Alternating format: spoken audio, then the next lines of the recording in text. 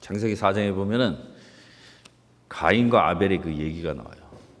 근데 우리가 그 가인과 아벨의 그 얘기에서 살짝 그 주제를 놓치는 경향이 많이 있습니다.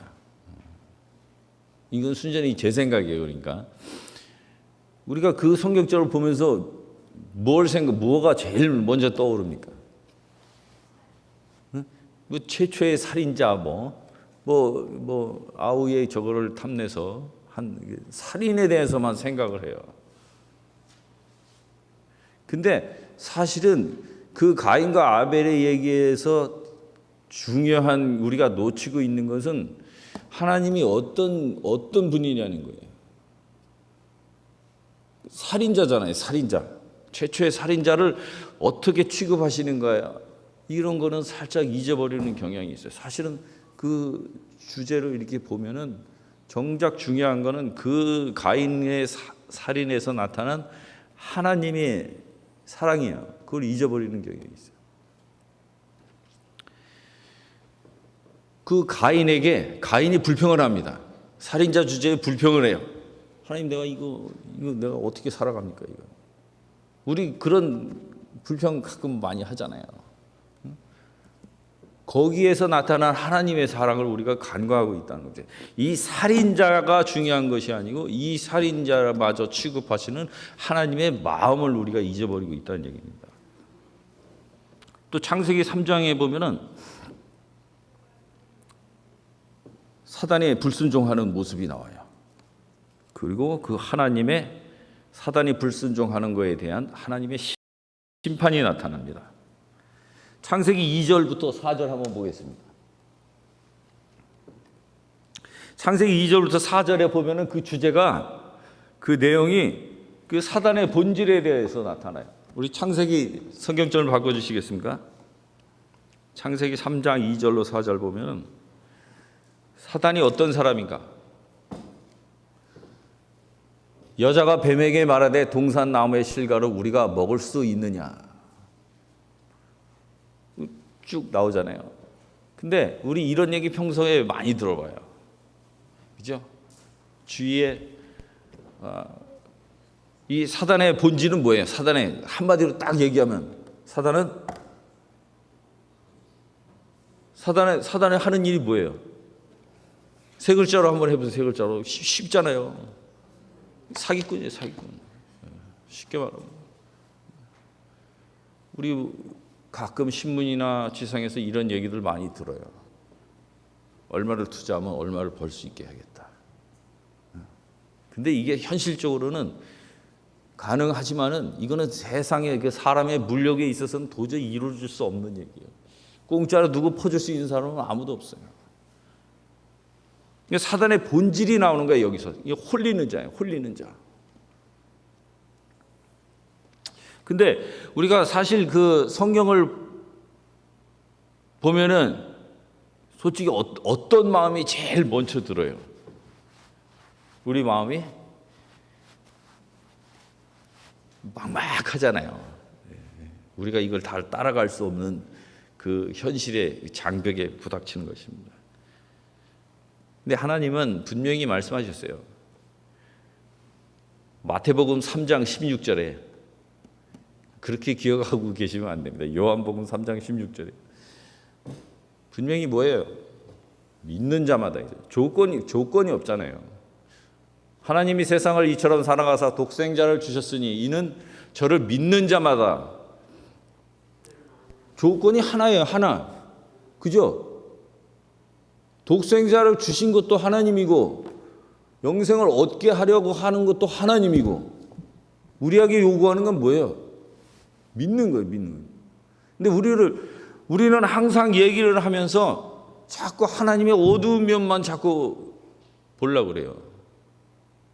뭐야? 하나님은 심판의 하나님. 어두운 면만 봐서는 뭐 되는 일 하나도 없습니다. 우리 요새 아이들한테 이 긍정적인 힘을, 긍정의 힘, 이런 얘기 많이 합니다. 근데 요즘 여기 같이 험한 세상에 그것만 바라볼 수는 없어요. 분명히 성경에 우리에게 영생을 주시는 거는 믿는 자마다예요. 믿는 자마다. 근데 믿는 자에게는 믿는 자의 조건이 있어요, 없어요? 하얀 사람만인가요? 믿는 자가? 아니잖아요. 검은 사람, 히스패닉 포함이 되지는 않았어요. 믿는 자마다 영생을 주신다고 분명히 약속을 하셨는데 우리는 자꾸 힘든 일을 자꾸 이거를 해야만이 되는 식으로 우리 계속 보잖아요.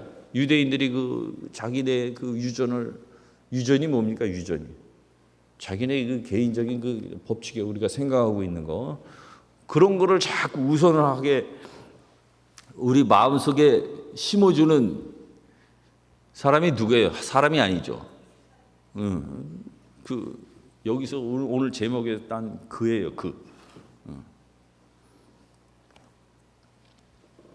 근데 그가 하나님과 대적하는 그예요. 우리와는 대적이 안 되잖아요. 우리는 그의 그 면을 아무것도 이길 수가 없습니다. 그래서 그런 그가 우리 이 우주 전체를 속이기 위해서는 어떻게 해야 될까요? 우주 전체를 속이기 위해서는 아주 솔직히 말해서 그냥 다 군불 다 떼놓고 다 하고 우리가 속아 넘어갈 수밖에 없게끔 하는 것이 그의 궁극적인 목표겠죠. 사기꾼이 자기 하는 일을 다 드러내놓고 하지는 않지 않습니까? 다 우리 스스로 넘어가게끔 하겠죠. 그래서 그가 태초부터 하나님과 대적하기 위해서 싸울 때 몇 가지를 이렇게 고안해내는 것을 우리가 알 수 있어요. 하나님은 어떤 하나님으로 알게끔 만들었어요. 하나님은 지킬 수 없는 것을 지키게 하는 무시무시한 하나님이다 이거죠. 또 예수님은 우리를 변호하는 그런 구원자가 아니고 뭐로 묘사를 해놨어요? 그림이나 이런 것들을 중세시대, 르네상스 시대 그림이나 이런 것들을 보면 어떻게 표현해놨어요? 예수님은 장칼을 휘두르는 심판자의 모습으로 나타나요. 농명책을 들고 다니면서 우리의 목을 치기 위해서 나타나는 그런 괴물의 모습으로 그려놨어요.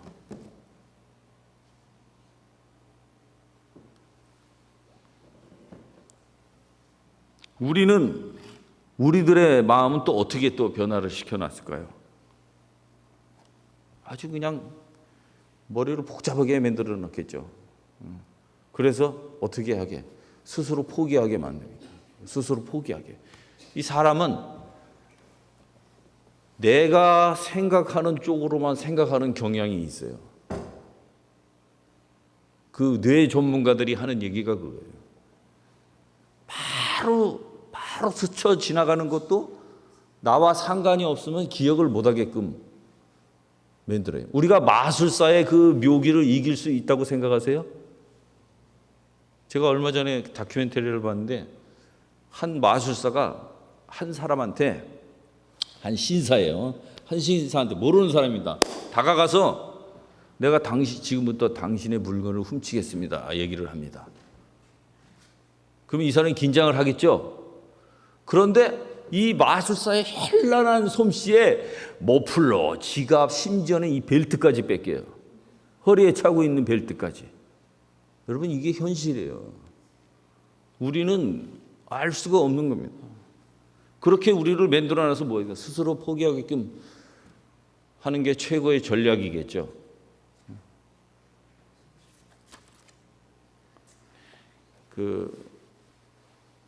요새 얼마 전에 우리 이세돌 바둑 선수가 막 알파고랑 대결해서 아주 큰 이슈가 된 적이 있습니다. 근데 바둑 격언 중에 성동격서라는 얘기가 있습니다. 내가 이게 바둑판이라면 여러분 바둑 아시죠? 까만 돌 하얀 돌 두는 거. 이게 바둑판이라면은 제가 저 김영걸 장로님 땅을 좀 뺏고 싶어요. 그러면 김영걸 장로님 땅 쪽으로 가는 게 아닙니다. 가는 게 아니고 이쪽에서 공작을 벌여요. 쓱 마음은 저쪽에 가 있는 거예요. 이쪽에서 쓱 두다 보면은 어느새 저쪽은 뭐예요? 죽어 있는 겁니다. 그런 전략을 쓰지 않겠어요, 사단이? 그냥 우리 어릴 때는 그 말세의 현상에 대해서 막 책 어떻게 되고 모세 하나님은 오면 어떻게 우리가 도망가야 되고 복잡한 얘기가 나오는데 제가 느끼기에는 현실적으로는 그런 현상은 일어나지 않을 것 같아요. 벌써 우리가 포기하게끔 그렇게 다 막 그 아까 말씀드린 식으로 다 공작을 다 펴놓겠죠. 그래서 우리는 결론은 그거예요. 결국은 우리는 성경으로 돌아가서 성경 안에 있는 것에서 판단해야 된다고 생각할 수밖에 없어요. 그러면 또 사단은 또 거기에 다 대응을 다 하겠죠. 다 대응이 다 돼 있을 거예요. 사실은 제가 드리는 말씀이 조금 좀 무슨 겁나실 수도 있겠지만은 그 현실이 그런 것 같아요. 현실이 우리가 싹 돌아보면은 뭐 하는 곳곳마다 다 장애물이 있겠죠. 장애물을 다 만들어 놨을 거라고 생각합니다. 결국 그래서 성경으로 돌아가지 않으면 우리 스스로 자멸할 수밖에 없는 그런 현상이 나타날 수도 있습니다. 그 예를 몇 가지 한번 들어보도록 하겠습니다. 제가 생각하는 그 사단의 그 공작 중에 몇 가지를 들어보겠습니다. 우리 서기 313년에 콘스탄티누스 황제가 기독교를 공인하게 됩니다. 이 사람이 전쟁을 하고 있었어요. 전쟁을 하고 있었는데 자기가 밀리고 있어요. 로마 황제 자리를 뺏길 것 같은 그 순간에 있었는데 어느 날 꿈을 꾸는데 꿈에 예수님이 나타나서 십자가를 그려준 방패를 주면서 이거를 가지고 가 싸워라. 그래서 아침에 일어나서 십자가마다 방패마다 다 십자가를 그렸어요. 그리고 싸워서 이겼습니다. 그래서 이 사람이 기독교를 이제 공인을 하게 되는데 여기서 중요한 거는 이 사람이 온 세계에 있는 다른 종파의 기독교 지도자들을 다 불러 모았어요. 왜냐하면 자기가 기독교를 믿으려고 그러는데 법이 너무 다 틀린 겁니다. 다. 그래서 각 지역 전 세계에 있는 그 지도자들을 다 모았는데 그 지도자 중에 분명히 엉터리 지도자도 있을 거예요. 그죠? 왜냐하면 세계의 각 지역의 지도자를 모았다고 그랬으니까 근데 거기서 이제 자꾸 갑론을박 그 기독교의 그 총체적인 법을 만들기 위해서 갑론을박을 하는데 좀채로 이게 자기의 주장만 피지 이게 결론이 안 나는 거예요. 그래서 콘스탄티누스 황제가 그냥 시체말로 문을 탁 걸어 잠기고 빨리 법칙을 만들어라. 어떤 법칙이든지 만들어라. 나는 그거에 따르겠다 합니다. 근데 중요한 거는 거기서 일요일 준수가 되고 삼위일체가 나오고 그다음에 카톨릭이 설립이 되고 교황권이 탄생을 하게 됩니다.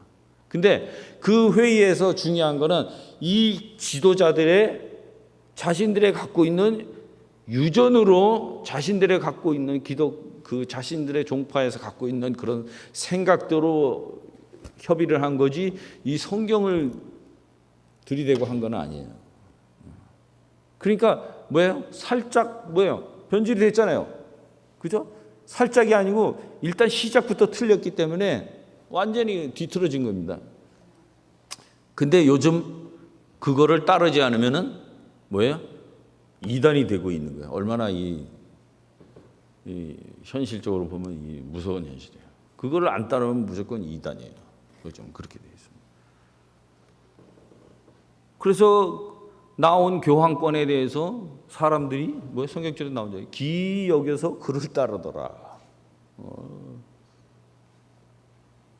수많은 사람이 제가 볼 때는 그 사람들이 이거를 모를 수가 없어요. 제가 볼 때는 다 알아요. 아는데도 따르고 있는 현실입니다. 무섭지 않습니까, 여러분? 생각해 보면. 그리고 또 하나 현상은, 전에는 얼마 전만 하더라도 어떤 제품이, 어떤 원료가, 예를 들면 석유나 골드나 뭐 이런 것들이 오르거나 내리면 그것에 대해서 굉장히 기뻐하는 사람들이 많이 있었어요. 그죠? 예를 들면 유가가 내렸다 하면 얼마나 좋아요. 가스가 값이 싸니까. 한 달에 뭐 100불 듣던 것이 한 달에 10불 들고 20불 들면 얼마나 좋습니까? 근데 요즘은 어떻게 됐어요? 떨어지거나 오르거나 상관이 없어요. 일단 피해는 무조건 우리가 보게 돼 있어요. 그거 느끼세요, 여러분? 그죠? 이 가스값이 떨어지거나 뭐가 오르거나 아무 상관이 없어요. 결국은 피해가 가요. 세상이 그렇게 됐어요. 그래서 모든 눈이 미국만 쳐다보게 만들어 놨어요. 그죠? 그래가지고 이 미국은 또 1차 대전, 2차 대전을 통해서 엄청난 부흥을 이뤘고, 또 달러가 세계 기축통화가 되고, 이 미국의 입김에 따라서 모든 것이 결정되는 그런 사회가 되어버렸습니다. 그래서 근데 이런 것들을 살짝 돌아보면은 어떨 땐 참 무시무시한 생각이 들 수가 있습니다. 사단은 착착착착 다 진행을 하고 있습니다. 근데 우리는 그거를 알 수가 없잖아요. 스스로 멸망하게 만드는 방법을, 자포자기하게 만드는 방법을 쓰는 한 우리는 우리 자신의 힘만으로는 이길 수가 없어요. 근데 중요한 것도 하나는 이런 게 있습니다. 여러 가지 사회적으로 사이비 종교가 많이 있었잖아요. 그래가지고 결국은 그 사이비 종교의 말로는 어떻게 됩니까? 말로는 자기 자신의 인생이 망가지거나 아니면 숨을 거두게 하거나 이런 현상들이 그냥 막 일어나요. 제가 어렸을 때 집에 있던 책 중에서 책이 그렇게 무서운 적은 처음 본 책이 있어요. 옛날 예언의 신에는 책에 막 그림이 있었습니다. 그래서 어렸을 때 그 책 그림들을 보면은 막 무시무시해요. 살아남는 이들이란 책이 아직도 잊혀지질 않아요. 그 그림에 보면 너무 무시무시한 그림들이 많이 있어요. 그 뭐예요? 스스로? 이것도 하나의 어떻게 보면 크게 보면은 포기하게 만드는 방법이 될 수도 있겠다 하는 생각이 듭니다. 살아남는 방법을 위해서 책을 보는데 살아남기가 이게 뭐야 이런 생각이 들 수밖에 없는 그런 책들이 옛날에는 있었어요. 그래서 그거는 어릴 적 생각해 보면은 참 기이한 현상이라고 생각이 돼서 아직도 기억을 합니다. 우리가 너무 막 그것에 묻혀가지고 그것을 생각하면서 생활을 하게 되면 또 잊어버리는 게 있습니다. 분명히 예수님께서 말씀하시기를 가이사의 것은 가이사에게. 그 말은 뭐예요? 그 말은 뭡니까? 열심히 생활하라는 뜻이에요. 그죠? 우리가 돈을 벌어야 되잖아요. 살기 위해서 경제 활동을 해야 됩니다. 근데 우리가 그런 것을 떠나서 너무 한쪽에 파묻혀서 그것에 대해서 몰두하고 있다가는 그런 현상이 일어나지 말라는 법은 없습니다. 우리가 1970년대 그 송 장로님이나 김영걸 장로님은 기억하실 거예요. 그 짐 존스라는 사람이 있습니다. 아시죠? 샌프란시스코의 고위 공무원이었던 사람인데 이 사람의 그 말에 휘둘려서 엄청난 사람이 모였습니다. 그래서 여러 가지 불법을 저지르다가 결국은 그게 발각될 위치에 처하니까 남미의 가이아나로 아주 집단 이주를 했어요. 집단 이주를 했는데 거기에 조사 나온 연방 상원을 또 이 사람들이 살해하게 됩니다. 죽여버렸어요.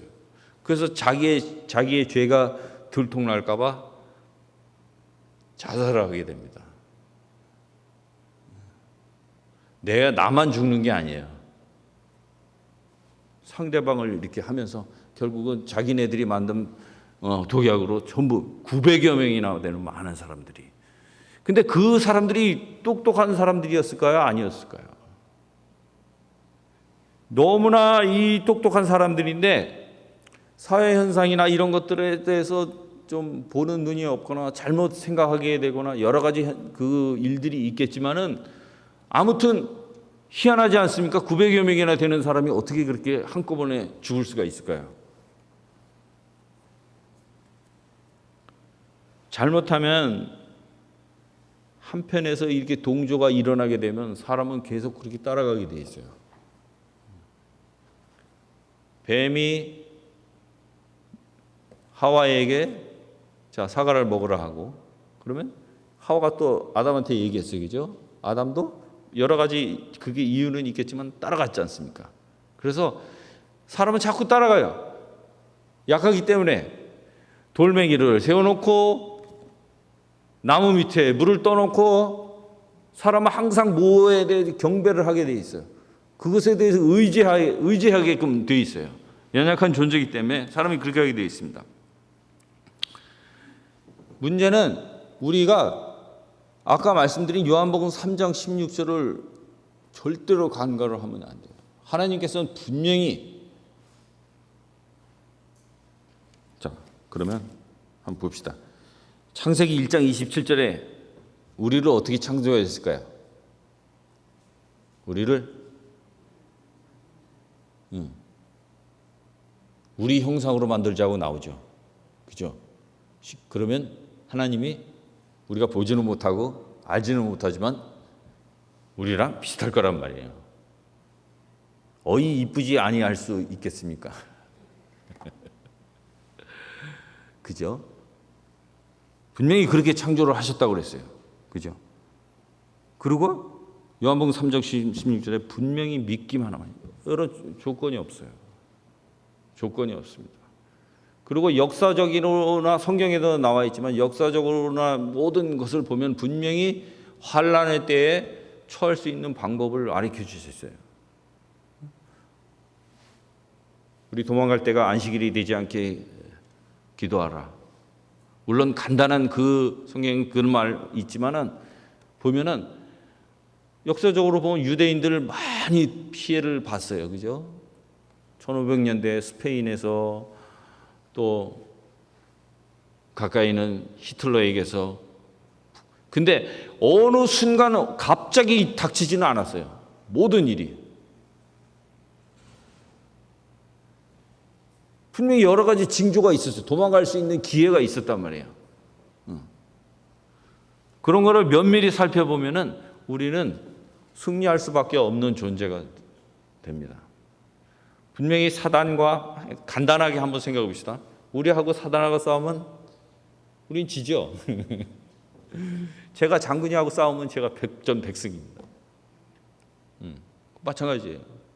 자, 사단하고 하나님하고 싸우면은 누가 이길까요? 간단한 공식이에요. 그러면 우리는 어느 편에 서야 되느냐 이거죠. 누구 말을 믿어야 되냐 이 말이에요. 그래서 오늘 생각해 보는 여러분께 드리는 말씀 중에 우리는 분명히 승리할 수 있는 존재다 이거. 아무리 지가 난리를 치거나 뭘 하거나 해도 분명히 하나님께서는 3장 16절에 말씀하신 그 말씀 그리고 우리가 환난의 때 처할 때는 분명히 하나님께서 벗어날 수 있는 방법을 여러 순간순간 보내주신다는 얘기죠. 그 말씀 속에서 우리는 승리할 수 있는 존재입니다. 여러분 오늘 안식일도 귀한 안식일이 되도록 여러분께 기도하겠습니다. 좋은 안식일 되시길 간절히 바랍니다. 우리 기도하고 마치도록 하겠습니다. 사랑